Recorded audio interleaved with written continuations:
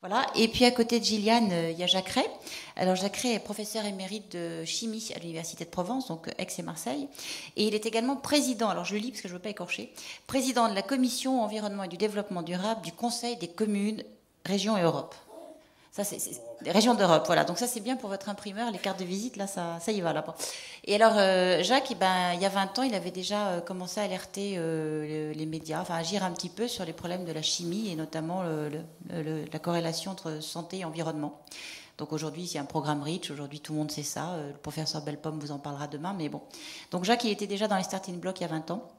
Et puis Paul à côté de moi, Paul Lannoy. Alors Paul, il est ex-député au Parlement européen et il est fondateur de l'association AVOS, donc c'est Agir pour les victimes oubliées des crimes écologiques. Donc hier, on n'arrêtait pas de dire que c'est le politique, c'est le politique, c'est le politique qui peut faire quelque chose, et là on a le cas d'un politique qui quitte la politique pour créer une assoce. Donc quelque part, c'est aussi peut-être visionnaire, peut-être que effectivement le politique ne peut pas forcément autant que ça, et que finalement l'association c'est peut-être aussi la solution. Donc voilà, donc ces gens qui voient un petit peu plus loin que le bout de notre nez vont aujourd'hui nous parler d'un truc un petit peu plus grave, c'est qu'on n'est pas tous égaux face au réchauffement climatique, on n'est pas tous égaux face à ce qui est en train d'arriver sur la planète, parce que il y en a qui ont déjà un peu les pieds dans l'eau, il y en a qui ont déjà tout perdu, il y en a qui ont déjà, il y a déjà beaucoup de morts aussi, on les oublie souvent, on verra ça avec Paul Lannoy. Donc on va aller voir un petit peu c'est quoi la réalité de ces gens-là, qui sont malheureusement eux aussi un petit peu en avance sur nos catastrophes. Alors Gilliane, je voudrais que tu nous parles de Tuvalu, et puis comme tu en parles tellement bien, je vais juste m'arrêter là, tu vas nous expliquer ce qu'est Tuvalu et qu'est-ce qui se passe là-bas. Tuvalu, je pense que la plupart des gens commencent à savoir ce que c'est, où c'est. C'est dans le Pacifique Sud, c'est un petit archipel de 9 îles de 26 km² en tout, disséminées sur 1 million de km² d'eau territoriale. Donc c'est rien du tout, 26 km², c'est un dixième de Paris. Un dixième de Paris divisé par 8, ça fait vraiment pas grand-chose. Et c'est une nation, c'est pas un territoire, c'est vraiment une nation. Ils ont une voix à l'ONU. Et c'est, au sens de beaucoup de scientifiques, la première nation qui sera submergée on dit, tout le monde l'a redit ces derniers jours, dans 50 ans, sauf qu'aujourd'hui déjà, ils ne peuvent quasiment plus vivre. J'ai effectivement l'an dernier fait un film qui a été diffusé, j'y suis retournée le mois dernier pour un plan dont je parlerai tout à l'heure. Mais ce que je voulais souligner, c'est que j'ai observé cette année, donc par rapport à l'an dernier, deux phénomènes dont on m'avait parlé mais que je n'avais pas vu. Et j'en ai fait un petit bout à bout d'images, de manière à ce que vous puissiez voir, d'une part, la vulnérabilité de l'île en termes de taille, mais aussi deux phénomènes qui s'y passent. D'une part, l'eau de mer remonte par en dessous, et ça c'est pendant les marées hautes, je ne parle pas des grandes marées. Pendant les grandes marées, c'est vraiment tout recouvert. Donc à marée haute, on voit les bulles, vous le verrez tout à l'heure. Le deuxième phénomène, c'est que comme l'eau de mer est à 20 cm de manière permanente de la surface de l'île, comme il pleut beaucoup, l'eau de pluie ne peut pas s'infiltrer. Et donc, quand ce n'est pas l'eau de mer, c'est l'eau de pluie qui fait que ces gens vivent d'ores et déjà quasiment les pieds dans l'eau tout le temps. Et encore une fois, je ne parle pas des grandes marées qui, auparavant, avaient lieu à peu près 2 fois par an. Et là, d'après le calendrier des marées de l'année 2005, c'est tous les mois. D'accord. Alors, si tu veux bien, on va peut-être voir les images. Comme ça, on va tous partir à Tuvalu pour quelques minutes. Alors, ce sont des extraits, je crois. C'est vraiment un bout à bout. Oui, c'est pas du tout un film. Le film fait l'an dernier sera projeté demain. Mais ça, c'est vraiment deux types d'images que je n'avais vraiment pas vues l'an dernier et qui ne sont pas incluses dans le film. Voilà, donc c'est exclusif et c'est tout frais, c'est pas sec si je puis dire un mauvais jeu de mots. Donc voilà, donc c'est ça, voilà, ça vient d'arriver et effectivement, est-ce que la régie peut nous envoyer les images? Et on peut parler dessus parce que donc ça, on part de Tuvalu de Fidji, donc ça c'est Fidji, et on va voir le survol de l'île. Ça c'est l'Ornois-Latte de Libération qui m'accompagnait. Et on va voir tout de suite l'île. Donc, ça, c'est une partie du lagon. Tout ça, ça n'est pas habité. Ça, c'est l'île principale, l'île capitale, qui fait 2,5 km, enfin 2,5 km². Autour, bien sûr, c'est un lagon, donc c'est un atoll fait composé d'îles.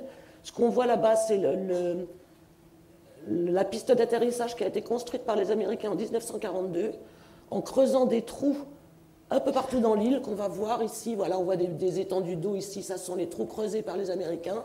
Il y en a de l'autre côté de l'île, c'est pareil, la moitié de l'île a été creusée.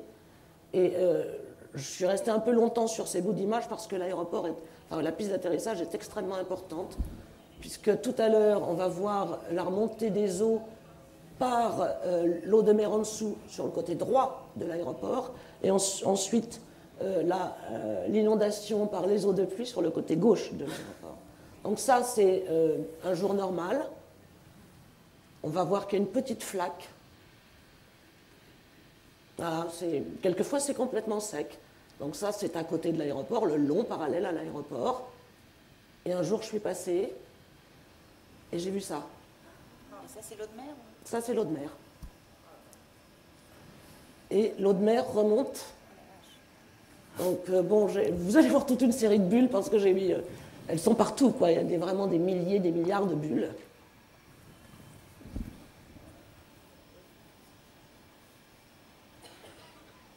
Et là, bon, ce coin-là, c'était la partie parallèle à la piste d'atterrissage, mais dans 2 secondes, on va avoir un plan de l'autre côté de l'île.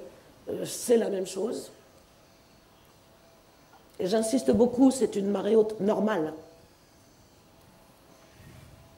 Ce n'est pas une grande marée.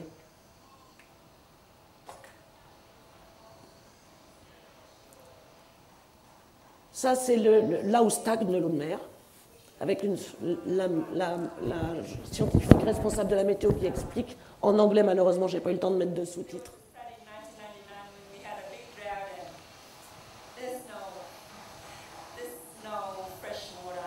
Il n'y a plus d'eau fraîche du tout en dessous, bien entendu. C'est plus vivable. C'est déjà plus vivable. Mais en revanche, la pluie a un effet. Donc ça, c'est un jour de pluie.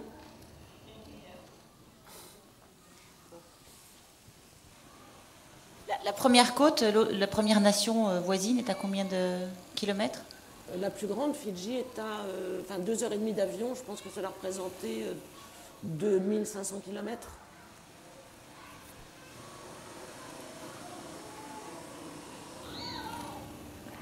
Donc les enfants, ça les amuse. Hein. Ils sont très contents de se baigner dans l'eau douce.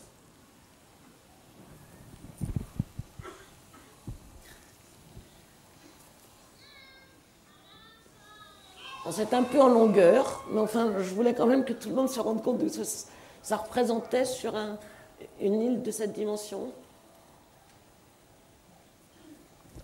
Sachant que cette île, qui est donc l'île capitale, fait 2,5 km² comme je l'ai dit, 14 km de long. Ici, c'est le plus large, 500 mètres. Et on va voir tout à l'heure des plans de certains endroits de l'île qui ne font pas plus de 3 à 4 mètres de large.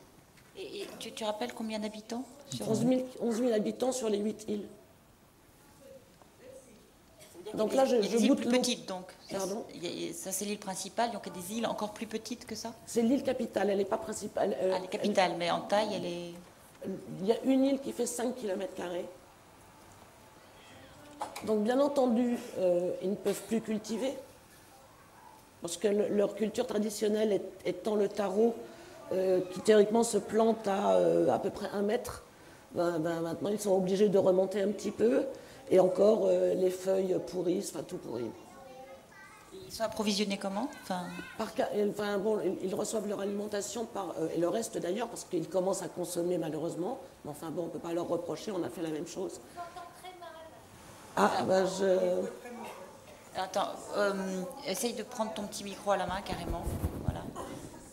Donc, en gros, ils sont approvisionnés par un cargo mensuel qui n'arrive pas toujours. Donc, bien entendu, quelquefois, il y a il manque de nourriture.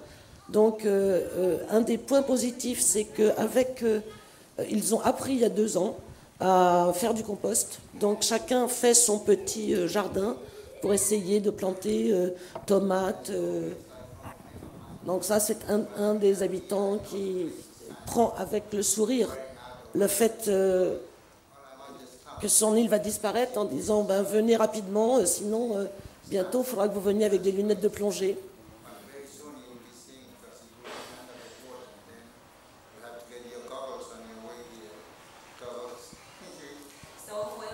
Et cette jeune femme est donc la scientifique responsable de la météo qui, n'a pas du tout le sourire et qui considère que les nations industrielles, qui sont donc pour elles, et pour moi aussi d'ailleurs, pour beaucoup d'entre nous responsables de cet état, ces nations devraient trouver une autre planète pour aller vivre. Alors cette tragédie, parce qu'il n'y a pas d'autre mot, soulève quand même quelques petits points essentiels. C'est-à-dire que là, on va avoir des réfugiés, on va avoir des individus, mais surtout une nation qui va demander l'asile, l'accueil, le refuge, je ne sais pas quel mot employer. Donc, comment ça se passe d'abord? Quelle est leur réalité? Où est-ce qu'ils vont aller? Dis-nous un petit peu la situation. Pour le moment, en fait, ils ne savent pas très bien où aller. Et surtout, ils préféreraient rester chez eux. Je ne connais pas une nation qui a envie de quitter son pays. Donc, en fait, lors de mon dernier voyage, je suis retournée pour essayer de les convaincre de mettre en place un programme avec eux qui pourrait permettre d'attirer l'attention et peut-être aussi, ce programme étant reproductible, de faire en sorte de freiner un peu les changements climatiques. L'idée étant de faire de Tuvalu, qui est donc la plus petite nation, ou une des plus petites nations du monde, la plus vulnérable, qui a été reconnue il y a quelques années comme nation la plus respectueuse des droits de l'homme, d'en faire la nation la plus respectueuse de l'environnement. Donc l'idée du voyage était de convaincre la population et d'obtenir leur soutien et également leur participation, parce que bien entendu sans eux ça ne sert à rien de rêver. Et bon, tous ont été bien entendu d'accord pour le faire. L'objectif étant d'utiliser, c'est un outil en fait, d'en faire une nation respectueuse de l'environnement pour pouvoir faire une campagne internationale en diffusant au fur et à mesure de l'avancement des travaux dans d'autres territoires de manière à ce qu'on puisse reproduire et de manière à ce qu'on puisse essayer de ralentir, mais surtout, bien entendu, dans la mesure où, je n'ai pas pu me boucher les oreilles, mais j'ai entendu tout ce que tout le monde a dit depuis hier, et en particulier la table ronde de tout à l'heure, c'est fini, quoi, c'est fini, donc il faut leur trouver une terre d'asile qui corresponde, en fait, à leur mode de vie. Donc c'est 13 000 personnes, une nation, les Fidji sont à 2500 km, est-ce que les Fidji, est-ce que le fait de la proximité, qui va accueillir cette nation en entier? Est-ce qu'il y a déjà des candidatures spontanées? Est-ce qu'ils ont fait des demandes? Ça se passe comment, là? Non, l'Australie déjà, qui pourrait accueillir, parce qu'ils ont quand même de l'espace, n'a pas signé le protocole de Kyoto et prétend qu'il ne se passe rien. Ça, c'est normal. Ils parlent le tuvaluin, c'est-à-dire c'est une forme de polynésien, et l'anglais, puisqu'ils étaient sous colonisation britannique jusqu'à 1876. Jusqu'à, 1976. Donc ils parlent anglais. Et culturellement, ils seraient proches de quelle autre nation? Je dois dire que si j'ai été émue par leur situation, c'est aussi parce qu'ils sont totalement à part. C'est vraiment une nation, je sais pas, je veux dire, Fidji m'a semblé une nation agressive, Samoa aussi, enfin, eux sont totalement hospitaliers, gentils, ouverts, et on n'a qu'une envie, c'est de les aider, quoi. Voilà. Oui, depuis plusieurs millénaires. J'ai lu que c'était à peu près depuis 7000 ans, mais il semblerait qu'ils aient retrouvé il y a quelques années des grottes souterraines qui datent de plus de 12 000 ans.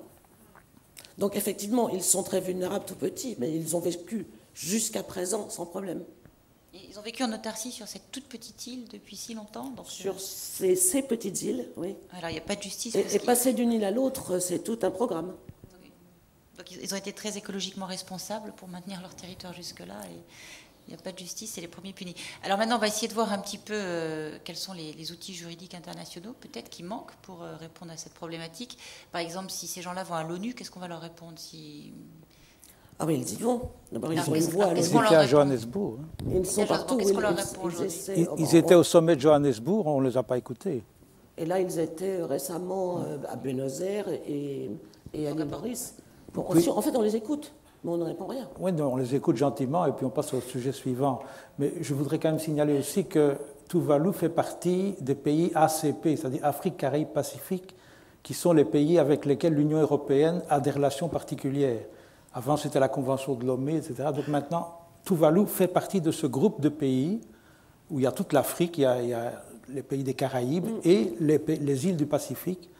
fait partie de ce groupe, et donc l'Union européenne a une responsabilité particulière par rapport à eux. Alors, jusqu'où irait cette responsabilité?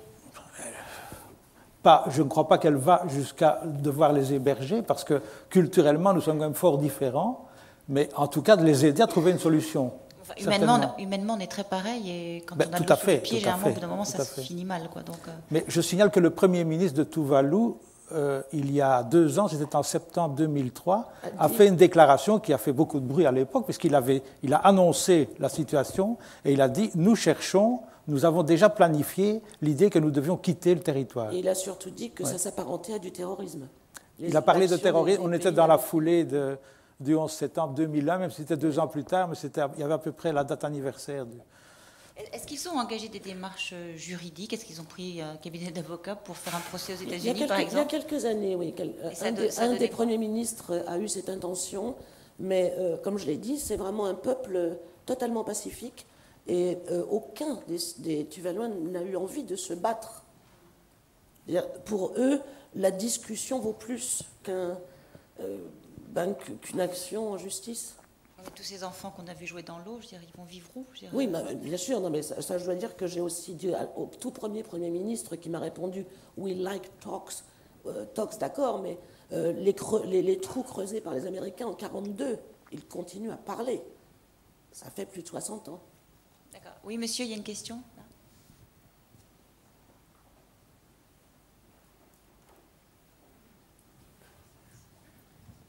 Voilà, le micro arrive. Je ne sais pas si vous connaissez l'histoire des Chagos. Non. Les Chagos, c'est des gens qui habitaient dans l'océan Indien, dans un groupe d'îles, qui a été évacué manu militari en 1942 ou quelque chose comme ça par les Américains pour faire la base de San Diego. C'est-à-dire qu'il n'y a pas eu besoin d'augmenter le niveau de la mer, mais il a suffi que les Américains décident qu'ils avaient besoin pour la guerre contre les Japonais d'un porte-avions au milieu de l'océan Indien, qui s'appelle San Diego, qui existe encore, dont ils se flattent d'avoir permis d'aller aider les gens du tsunami.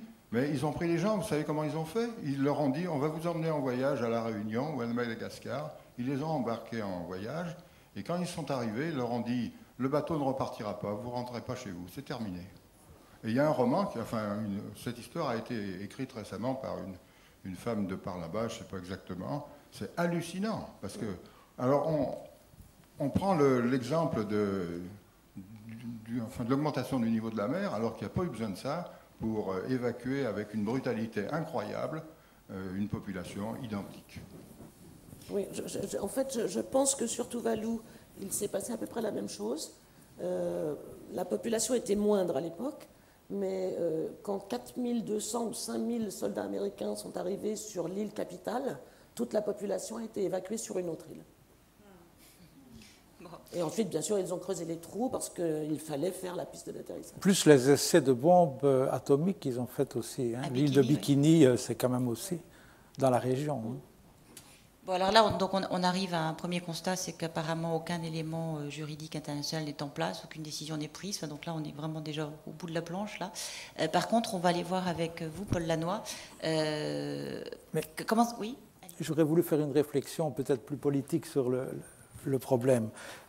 Ici, on a une population de 11 000 habitants, donc quantitativement, ce n'est pas un problème de les héberger, de les déplacer. C'est un problème humain formidable, mais matériellement, la Nouvelle-Zélande, par exemple, je pense qu'ils ne sont pas trop mal disposés, pourrait les accueillir. La Nouvelle-Zélande avait accepté jusqu'à l'an dernier de prendre 70 personnes par an. Ça représente 150 ans quand même. Oui, et cette année, ils ont réduit à 35. Bon. D'accord, je crois que c'est un problème qui manifestement interpelle l'ONU. Je pense que ça interpelle aussi l'Union européenne. Mais imaginons que ce soit un pays comme le Bangladesh, où il y a 130 millions d'habitants et où la situation géographique n'est guère plus favorable parce que c'est aussi une région qui est facilement inondable. Donc on pourrait très bien voir le Bangladesh dans quelques dizaines d'années, même peut-être plus tôt, parce que je pense que quand on dit 50 ans, c'est vraiment optimiste. Plus tôt. Tout à fait. Il y a l'augmentation du niveau de la mer, mais en même temps, il y a naturellement sa augmentation, le pays s'enfonce avec les plaques tectoniques. Là, un pays qui est proche de zones de turbulence politique comme l'Inde, la Birmanie, etc., ce n'est pas simple à régler. Donc on se prépare des situations politiques extrêmement difficiles à gérer. Il n'y en a pas l'ombre du début d'une réponse rien du tout. Ou d'une commission, absolument rien du tout. Alors je voudrais quand même faire une deuxième remarque, c'est sur l'aggravation du problème lié au type de développement qui est pratiqué en zone côtière. Le tsunami qui a eu lieu le 26 décembre dernier a commis des ravages considérables, surtout là où il y avait des plages complètement dénudées, c'est-à-dire que les mangroves avaient disparu et on a remplacé soit par des élevages de crevettes pour l'exportation, soit pour le tourisme. Et alors on a une vulnérabilité qui est accrue, qui est terrible, donc, ce qui fait qu'il y a eu beaucoup plus de victimes que si on avait pu gérer correctement, du point de vue écologique, disons, le développement économique de la région. Donc là, on parle...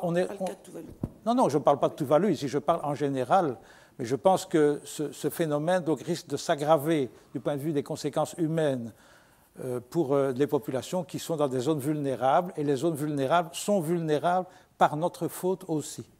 Donc je voulais citer un chiffre, les exportations de crevettes vers l'Europe, par exemple, donc élevage industriel de crevettes là-bas, génèrent pour tout $1 de recettes pour les pays comme l'Inde ou la Thaïlande, c'est $10 de coûts écologiques et économiques pour la région. Donc ça profite évidemment aux exploitants de l'entreprise, mais ça génère des coûts cachés qui sont finalement payés soit par les populations. L'externalisation, oui, c'est 10 fois plus. D'accord. Donc, si on a bien compris, on va résumer, il y a 50% de la population de la planète qui habite au bord de l'eau. On est en train de finir les derniers travaux d'aménagement touristique, de raser les dernières mangroves. Les coraux, ils s'en occupent tout seuls, ils meurent tout seuls. Donc, le littoral n'a jamais été aussi nu, aussi vulnérable. Et visiblement, ce qui commence à Tuvalu, et si on écoute ce qu'a dit M. Jouzel et M. Hachache tout à l'heure, ça risque d'arriver un petit peu partout, sans parler des tsunamis effet surprise. Donc là, on se rend compte que, on y va, et que deux, il n'y a aucune organisation, réglementation, que l'ONU n'a pas de réponse, que le Parlement européen apparemment n'a pas de réponse. Donc vous... Ne lui donnez pas trop de pouvoir au Parlement européen. Disons que l'Union européenne, c'est-à-dire le Conseil des ministres, la Commission et le Parlement, n'ont pas de réponse. D'accord. Alors vous avez quitté... Stériliser qui, le Parlement, madame? Vous voulez stériliser qui? Les Tuvaluens. Oh, ils ont suffisamment de malheur, peut-être qu'on peut leur laisser au moins ça. Bon, non, par contre, je voudrais savoir, moi, pourquoi... C'est pas une reproduction... la courbe démographique n'a pas augmenté depuis 3 ans, donc... Alors, moi, j'aimerais savoir pourquoi est-ce que vous, qui étiez au Parlement européen, tout d'un coup, vous avez besoin de changer de terrain pour votre combat? Je n'ai pas vraiment changé de terrain. J'ai considéré qu'il y avait un combat politique important à mener, notamment sur le développement durable, qui est un concept tout à fait intéressant, mais de plus en plus vide de sens, me semble-t-il. Parce que quand on parle de développement durable et qu'on pratique un développement qui n'est pas durable, il y a quand même une contradiction extraordinaire. Or, tous les gouvernements européens, tous les gouvernements du monde jouent ce jeu-là. Il y a eu une réunion à l'île Maurice au mois de janvier, qui s'est terminée le 14 janvier. La déclaration finale, donc c'était tous les pays insulaires, donc tous les pays dont on parle maintenant, ils ont fait une déclaration, mais d'une platitude absolument extraordinaire, où ils disent il faut qu'on s'inscrive mieux dans le commerce mondial. Mais c'est exactement l'inverse de ce qu'il faudrait faire. C'est l'inverse. Parce qu'en augmentant le commerce mondial, on crée plus de transport, plus de pollution par le CO2, plus de marées, plus d'aggravation climatique. Donc c'est complètement fou. Mais il y a quand même un paradoxe, et on a vu après le... Excuse-moi, mais je n'ai pas achevé de répondre. Donc je pense que le combat politique reste fondamental. Je ne considère pas que c'est un combat inutile, au contraire, mais qu'après un certain temps de passage dans une institution, on doit la quitter. Donc moi, j'ai passé 15 ans au Parlement européen, entre 1989 et 2004, et j'ai volontairement quitté en 2004. Je ne me suis pas représenté aux élections de juin, parce que j'estimais que j'en avais fait assez. Et donc, entre-temps, j'ai mis sur pied une association qui n'a pas une ambition extraordinaire, mais qui a l'ambition d'être concrète dans son action, c'est-à-dire qu'on a lié des liens politiques et des liens humains avec des populations qui sont victimes de ce type de phénomène. Et je pense par exemple à ce qui s'est passé à Bhopal il y a 20 ans. Donc il y a eu un accident, une catastrophe industrielle extraordinaire, et 500 000 personnes ont été touchées, 20 000 en sont morts directement, Mais il y a aujourd'hui encore une situation dramatique à Bhopal, en ce sens que toutes les eaux de la nappe phréatique sont contaminées par les produits chimiques, et la communauté internationale ne bouge pas. L'Union Carbide, qui est l'entreprise qui exploitait la firme, s'en est lavé les mains. A changé de nom. A changé de nom. Elle a été rachetée par Dow Chemical, qui est une multinationale bien connue de la chimie, qui a des sièges un peu partout en Europe, dont en Belgique d'ailleurs. Et personne ne bouge. Moi, j'ai interpellé la Commission européenne il y a 3 ans, la fusion a eu lieu. La Commission européenne aurait pu émettre des remarques et dire à Dow Chemical « Nous acceptons la fusion à condition que vous preniez en charge les dommages que vous avez commis à Bhopal », et la Commission européenne n'a pas bougé. Donc les lobbies industriels sont extrêmement puissants et le politique souvent est démuni, soit n'a pas la volonté réelle de faire bouger les choses. Donc ça, il y a une déception terrible. Donc je pense que parallèlement à cela, il faut pouvoir avoir une action plus de terrain, je dirais, qui n'est pas du tout incompatible avec l'action politique. Alors il y a des gens qui font de l'action de terrain, qui ne font que l'action de terrain, moi je trouve ça remarquable. Il y a des gens qui ne font que de la politique. Bon, j'ai fait la même chose pendant des années. J'essaie de faire les deux, mais maintenant je vais plutôt faire l'action de terrain. Et ceci, c'est aussi de l'action de terrain.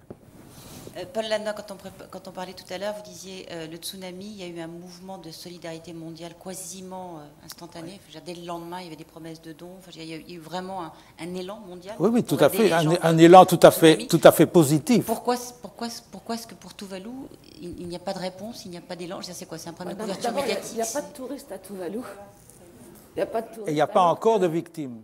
Oui, il n'y a pas encore de victimes. Mais je pense que la mobilisation a été aussi générale et a duré aussi longtemps parce qu'il y avait des touristes de tous les pays occidentaux. Non, mais vous disiez tout à l'heure qu'en fait, le tsunami, c'était une cause naturelle. Mais c'est la faute à pas de chance, le tsunami. C'est la faute à personne. C'est la faute à personne, donc personne ne se sent coupable. Mais sur Bhopal, par exemple, là, il y a tellement d'intérêts convergents pour ne pas en parler qu'on n'en parle pas. Donc, il y a eu quelques articles pour le 20e anniversaire qui avait lieu le 2 décembre 2004. Il y a eu quelques articles de presse, c'est vrai. Il y a des associations comme Greenpeace ou Amnesty International qui ont relancé le dossier. Bon, moi, j'ai fait mon petit boulot à mon niveau, mais reconnaissons que ça n'a pas beaucoup d'impact médiatique et qu'il n'y a pas un mouvement à l'égard des populations qui sont tout aussi victimes que les victimes du tsunami. Et en plus, ça coûte une fortune. Tu parlais tout à l'heure, est-ce qu'il y a eu des actions pour Tuvalu? Pour Bhopal, c'est le même problème. Je veux dire, ça coûte une fortune de poursuivre des entreprises ou des pays comme ça, quoi.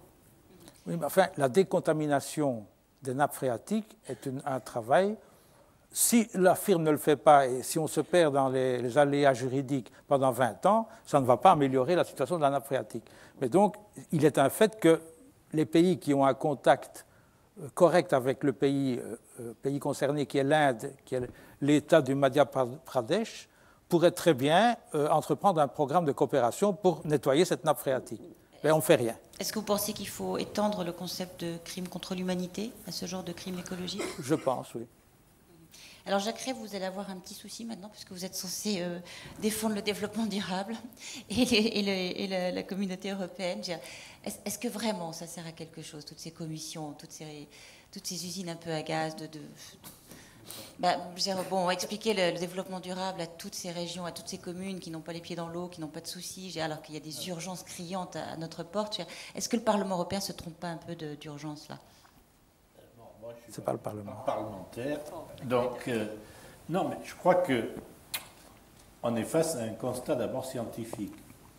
On ne peut plus continuer à faire un développement tel qu'il était. Tel qu'il est encore. Oui, tel qu'il est encore. On consomme trop de matières premières, trop d'espace, trop d'énergie. On sacrifie la biodiversité. Et si je prends l'exemple de Tuvalu, on sacrifie aussi la culture d'un peuple. Et je dis que la culture, au même titre que la biodiversité, ça fait partie de la diversité culturelle doit être défendue. Tout à fait. Et ça, c'est quand même un message que les Européens font passer plus ou moins dans leurs institutions, et c'est un message dont l'Europe est porteur vis-à-vis du monde. Quand je compare le concept qu'ont les Américains du développement durable c'est, ben oui, il faut continuer, il faut industrialiser, mais en préservant un peu l'environnement. Point. Quelle est notre vision à nous, Européens, du développement durable? C'est, d'une part, bon, il faut préserver l'environnement des pollutions chimiques, dans le cas, on l'a rappelé sur Bhopal, mais aussi, il faut intégrer le social, c'est-à-dire le développement de l'individu, ce qui n'est pas pris bien souvent par les anglo-saxons. Et autre chose, il faut intégrer la culture et le patrimoine culturel dont nous sommes porteurs, au même titre que la biodiversité. Moi, je crois beaucoup au fait que la diversité culturelle est une des richesses que nous avons en Europe et qui n'est pas le cas de pays comme les États-Unis ou l'Australie. Je cite souvent un exemple à mes étudiants. Quand vous allez aux États-Unis, et encore, je pars à San Francisco, qu'est-ce qu'on vous fait visiter? La prison d'Alcatraz comme monument historique. Pour moi, ce n'est pas un monument historique, c'est une sombre histoire. Alors que nous, dans n'importe quelle ville européenne, italienne et tout ça, on a un musée... Il y a le château d'If ici. Oui, non, mais on a un musée à ciel ouvert. Ils ont les forêts de séquoias géants aussi. Hein? Ils ont les séquoias géants aussi. Oui, mais en fait, je parle de choses construites par l'homme. Oui, voilà. Non, c'est-à-dire qu'il y a tout un passé culturel important qu'il faut préserver. Et alors, c'est vrai, on le rappelait, le poids des lobbies sur la politique qui est déterminant. C'est là qu'il faut voir comment affronter ces lobbies. Comment amener à ce que ce ne soient pas les lobbies, et si on prend les exemples de Bhopal, les lobbies de l'industrie chimique qui prennent les décisions. Il faut voir que les gars de l'industrie chimique, et moi j'étais auprès de la commissaire à l'environnement, bon, ils ont des gens très compétents et des experts qui travaillent pour eux très compétents. Donc, ils n'affirment pas des choses que l'on peut détruire ou contrer très facilement. Oui, non, ils ont des... Parce que le problème, c'est que bien souvent dans la recherche, c'est eux qui financent les chercheurs. Donc ils ont une partie des chercheurs qui vont dans leur sens parce que c'est leur outil qu'ils défendent. Et je crois que si l'on veut avancer vers le développement durable, ce qui me paraît indispensable, il faut aller vers une autre forme de politique. Il faut aller vers des politiques qui, d'une part, ne sont plus les politiques traditionnelles, qui ont été formées de manière très, je dirais, linéaire, qui est une vision plus globale de la société et de l'individu. Et c'est là où, je pense, les femmes peuvent apporter énormément. Parce que, d'une part, elles ne sont pas imprégnées par la politique traditionnelle. Elles ne sont pas imprégnées parce que bien souvent, elles n'y ont pas participé. Elles sont donc plus ouvertes. D'autre part, je pense que les femmes sont plus près des enfants. Parce qu'elles les mettent au monde, tout simplement. Et que dans notre société, à l'heure actuelle... Mais nous, il y a juste un petit problème, c'est qu'on est vachement occupés, on n'a pas le temps de faire de la politique. On est vachement occupés. On n'a juste pas le temps, quoi. On aimerait bien, mais on n'a pas le temps. Et non, mais si personne ne veut prendre les affaires en main, on va les laisser toujours aux mêmes personnes. Est-ce qu'on a vraiment le temps? Il reste 50 ans, tout va loin. Moi, si je vois dans les pays du Nord, qui ont quand même une approche plus sensible sur les problèmes d'environnement, sont quand même les pays où les femmes ont un rôle politique beaucoup plus important. 50% au Parlement, 50% dans les conseils des ministres, des premiers ministres. C'est quand même une femme, Madame Brundtland, qui, la première à l'échelon international, a défendu le développement durable. Et quand on parle de développement durable et qu'on essaie d'en donner une définition, tout le monde est d'accord avec la définition qu'a donnée Madame Brundtland. Et c'est quand même assez symptomatique. De même que quand, dans nos villes, on parle d'agenda 21, bien souvent, on s'aperçoit que les responsables sont des femmes. Il faut peut-être rappeler ce qu'est l'agenda 21, peut-être pour... Oui. Vous pourriez rappeler. Voilà, c'est à la suite de Rio. Sommet de la Terre à Rio. 92. Il y a eu, oui, 92. C'est 12 pas- ans. 12 ans. C'est pas neuf, ça montre que les choses n'évoluent pas très vite. On a parlé d'inertie physique, mais il y a l'inertie politique aussi. Oui, mais oui. Et il y a eu quand même une éruption à Rio des collectivités locales qui se sont invitées à ce sommet de la Terre qui n'était réservé qu'aux chefs d'État. Première chose. Deuxièmement, il y a eu des recommandations pour le XXIe siècle. C'est pour ça qu'on appelle Agenda 21, un certain nombre de mesures à mettre en œuvre. Et les collectivités locales l'ont traduit dans un Agenda 21 local qui se discute avec les citoyens au niveau d'un territoire qui est beaucoup plus ramassé et beaucoup plus compact qu'un État, avec la participation directe des citoyens et sous le contrôle des citoyens. Et c'est une nouvelle forme de démocratie qui se met en place. Alors, ça pose des problèmes aux élus. Et ce qui fait que, bien souvent, on ne le met pas. Et normalement, à Johannesburg, on devait faire l'évaluation de l'agenda 21. Mais on est passé vite. Et cette évaluation a été... Parce que si on prend le sommet de Johannesburg, il n'a rien amené. Non. Une seule chose, si, c'est que l'idée du développement durable est maintenant une idée qui est une idée commune à l'ensemble de la Terre. D'où ce que disait mon collègue, la déviation, de ce qu'on y met dedans. Ah oui. Et c'est pour ça que là. moi j'insiste beaucoup. Mais c'est déjà obsolète, en fait. Non. Développement durable. Mais non, Est-ce ce qu'on ne n'est pourrait pas pas obsolète. remplacer C'est le mot un développement combat. par le mot vie? Parce que Hein? quand on voit Tuvalu, on n'a plus envie de parler de développement durable, on a envie de parler de vie Non, mais durable. Tuvalu, c'est un petit exemple. Comme il rappelait, le Bangladesh, c'est multiplié par 1 million, l'exemple. Et c'est là, et l'ensemble des gens sur la Terre qui sont atteints dans leur santé, dans leur mode de vie, par un mode de développement qui leur est imposé et qui ne satisfait pas leurs aspirations profondes, c'est des milliards d'individus. Donc c'est une vision un peu globale qu'il faut avoir de l'organisation de notre planète. Et notamment pour nos enfants. Est-ce qu'ils pourront continuer à y être moussus? Ça, c'est quand même des questions fondamentales. Tuvalu, c'est les prémices. Et c'est pour ça que je dis, le thème, c'est les Nouvelles Atlantides. Mais pour moi, les Nouvelles Atlantides, c'est l'engagement du citoyen conscient dans l'organisation de la planète, dans l'organisation de sa vie. Et c'est là où je dis que les femmes peuvent avoir un rôle très important.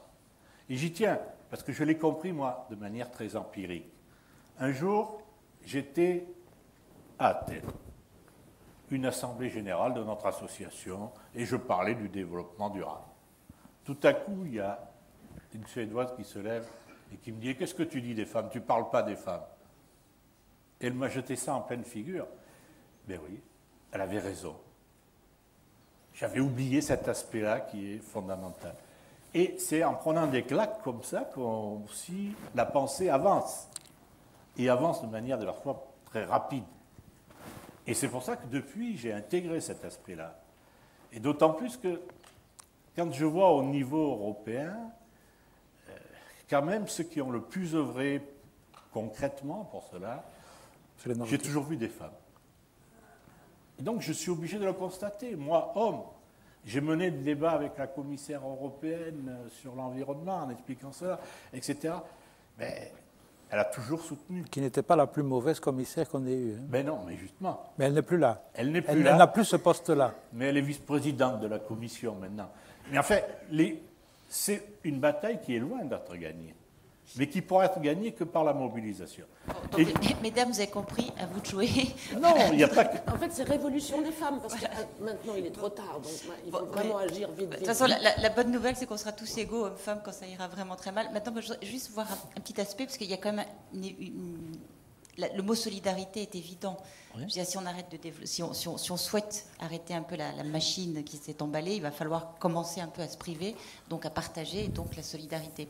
Est-ce qu'aujourd'hui, lorsque vous faites le porte-parole du développement durable, lorsque vous faites la promotion du développement durable à travers les communes et régions d'Europe, est-ce que cette notion de solidarité est avancée et est amenée? Est-ce qu'on explique aux gens qu'il va peut-être falloir commencer un peu à partager? Oui, mais si on commence par là, les gens commencent à se fermer. Je crois que... Non, mais il faut voir, les gens sont égoïstes. Il y a très peu de gens qui sont altruistes. Si tout le monde était altruiste, on n'aurait pas besoin de prêcher pour le développement durable. Ça se comprendrait. Mais Si, parce qu'il y a le lorsque problème l'on de explique nature les du choses, développement. je crois que les gens prennent conscience. Prennent conscience, par exemple, qu'il vaut mieux utiliser les transports publics, ça consomme moins d'énergie. Premier pas. Mais encore faut-il faire les investissements.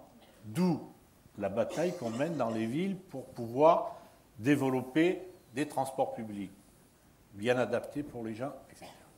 Bon, autre exemple dans l'alimentation, je vous en avais parlé hier, je ne sais pas, mais est-ce qu'il faut consommer des fraises toute l'année? Vu le prix que ça coûte. Et les crevettes de Thaïlande. Voilà, et les creveilles de Thaïlande, tu le disais. Et tout ça, petit à petit, ça rentre chez un certain nombre de gens et il y a une modification. Je peux vous dire qu'au niveau européen, actuellement, la production de produits biologiques est insuffisante. L'agriculture biologique n'arrive pas à satisfaire la demande. Ça veut dire qu'il y a quand même des consommateurs, des gens qui acceptent de payer plus cher pour s'alimenter mieux et prévenir leur santé. Et en même temps aussi préserver notre terre. Parce qu'il y a les deux phénomènes. Tant qu'on en a, Voilà. Alors, je suis de nature optimiste, sans quoi je ne mènerai pas cette bataille. Parce que ça ne va pas changer du jour au lendemain. Mais je crois que, écoutez, ça je parle encore. Lorsque, il y a 20 ans, j'ai fait le premier cours à l'université sur le développement durable. On a dit, qu'est-ce que c'est ce zigoto? Il parle de quoi? En plus, c'est un chimiste et parlant de développement. C'est un farfelu. Maintenant, il n'y a pas une université, une structure. Les banques, les grandes compagnies d'assurance, tout ça ont des responsables au développement durable. La bataille, c'est de savoir maintenant qu'est-ce qu'on va y mettre dedans. Et d'avoir bien une vision claire qui soit une vision globale de ce développement et qui intègre bien le social et la culture. Et non pas uniquement une vision rétrécie pour être un facteur de marketing. Et ma meilleure victoire, je vais raconter une histoire, je suis invité à Shanghai. Les Chinois font une conférence sur le développement durable de la ville, financée par les Américains, qui étaient venus avec une armada de produits à vendre, etc. Tout ça. Nous étions 3 Européens. Moi, j'ai parlé de la conception de l'Europe et des villes européennes du développement durable. Et il y en avait 2 autres qui parlaient de choses très techniques. Bon. Et à la fin, les Chinois m'ont dit, mais c'est vous qui avez raison. C'est votre vision du développement durable et de la ville telle que vous le voyez qui est la bonne. Et j'estime avoir remporté une grande victoire, parce qu'en plus, mon voyage avait été payé par les Américains, et qui venaient là pour vendre, et les autres m'ont dit, mais non, c'est pas ce qu'on veut. Voilà, c'est une petite victoire, mais c'est aussi une grande satisfaction qui m'amène à continuer mon combat, parce que ça veut dire qu'il ne sert pas à rien. Bon, j'espère juste que vous arrivez. C'est ce qui s'appelle de la subversion. On va peut-être passer aux questions, parce qu'il y en a. Alors, madame, vous avez le micro et la main en l'air, allez-y. Voilà. J'ai le micro, Antoinette Guillen. Je suis une femme et je remercie Jacques Rey, mon ami Jacques Rey, d'avoir évoqué avec autant de brio la prépondérance, j'allais dire, l'importance de la femme dans la société actuelle et notamment pour arriver à des fins meilleures pour un développement durable. J'ose dire quand même, et il doit s'en souvenir, que la femme que je suis restée 12 ans à la mairie de Marseille en tant qu'adjointe à l'écologie. Donc je peux parler de la politique et de la politique politicienne, donc, comme de la politique avec un grand P. Et quand j'ai quitté la ville la municipalité, Jacques, tu peux en témoigner, j'étais une femme rebelle. C'est-à-dire que j'ai refusé de voter un rapport sur 2 incinérateurs qu'on voulait mettre dans la ville de Marseille. 2 incinérateurs, vous vous rendez compte ce que ça pouvait être pour la population de Marseille? Quelqu'un avait même osé dire « Oh, ça ne fait rien. De toutes les façons, les petites odeurs qu'on verra autour, ça peut même rejoindre l'odeur de la fraise, vous voyez ?» Bon, alors moi, j'étais une femme rebelle. En 1994, j'ai rendu ma délégation au maire de Marseille et j'ai entendu aussitôt autour de moi, non pas des compliments, non pas des encouragements, ni des hommes, ni des femmes d'ailleurs, mais tantôt des huées, ou tout simplement la réflexion suivante, ma pauvre, tu t'es fait griller en politique. Et j'ai dit, eh bien oui, exactement, j'ai dit, je m'en fous, parce que dorénavant, je ne ferai plus de politique. Et j'ai fait comme monsieur, j'ai quitté la politique pour la vie associative. Alors, les femmes, mon cher ami Jacques, les femmes, elles sont là, elles ont donné la vie. Moi, j'ai 4 enfants, j'ai 5 petits-enfants, j'en suis très fière. Elles ont donné la vie et elles savent effectivement que que la planète Terre est en danger. Mais ça, il y a 30 ans que je le dis. Mais j'ai le regret de dire aussi que nous avons affaire, malheureusement, à beaucoup d'hommes qui, eux, n'ont rien compris encore. Je ne fais pas du misogynisme à l'envers, hein.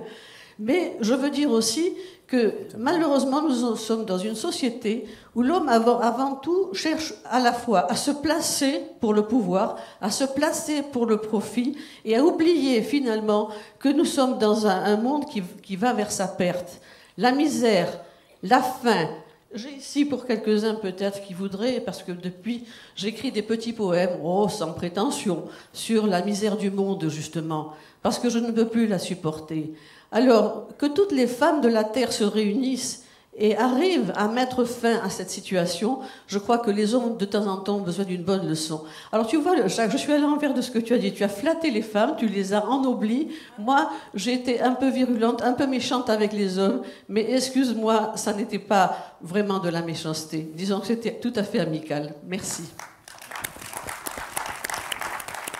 Alors, monsieur, on va faire l'alternance. Monsieur, maintenant. Allez-y, avec les cheveux. Voilà, avec le micro. Bonjour, messieurs, dames. Merci de votre présence. Merci de la présence du public. Jean-Jacques Battistelli, dessinateur mécanique. Je suis aussi, heureusement, philosophe, écologique, etc. Enfin, je suis orienté donc vers ce qu'on évoque dans ces salles. La question que je voulais poser, c'est concernant cette île qui est en train d'être envahie par l'eau. Est-ce qu'il serait possible d'augmenter la hauteur, je dirais pas l'altitude, sur par exemple un siècle, en y apportant des quantités importantes de terre? Est-ce que ça a été étudié? Est-ce que ça serait concevable? En fait, cette fois ça marche un peu trop. En fait, c'est un des aspects du projet Small is Beautiful, c'est d'étudier les solutions d'adaptabilité, cependant sans y croire vraiment. Si les Américains en 1942 n'ont pas pu apporter de matériaux, etc., des pays environnants, c'est que ça coûte une fortune.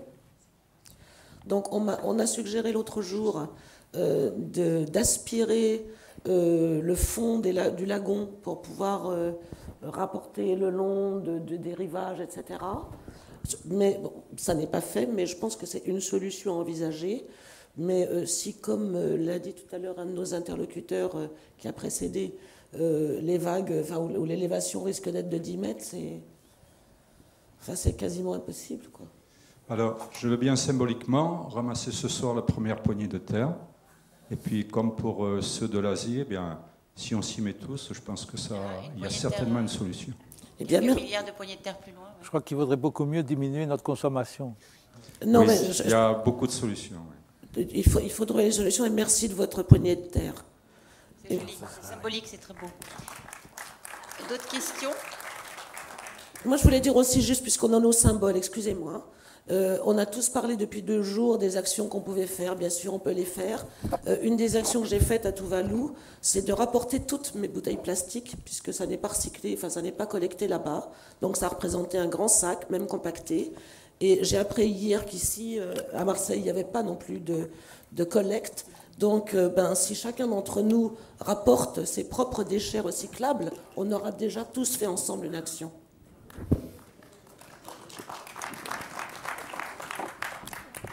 Oui, je prends la parole en tant que femme Oui.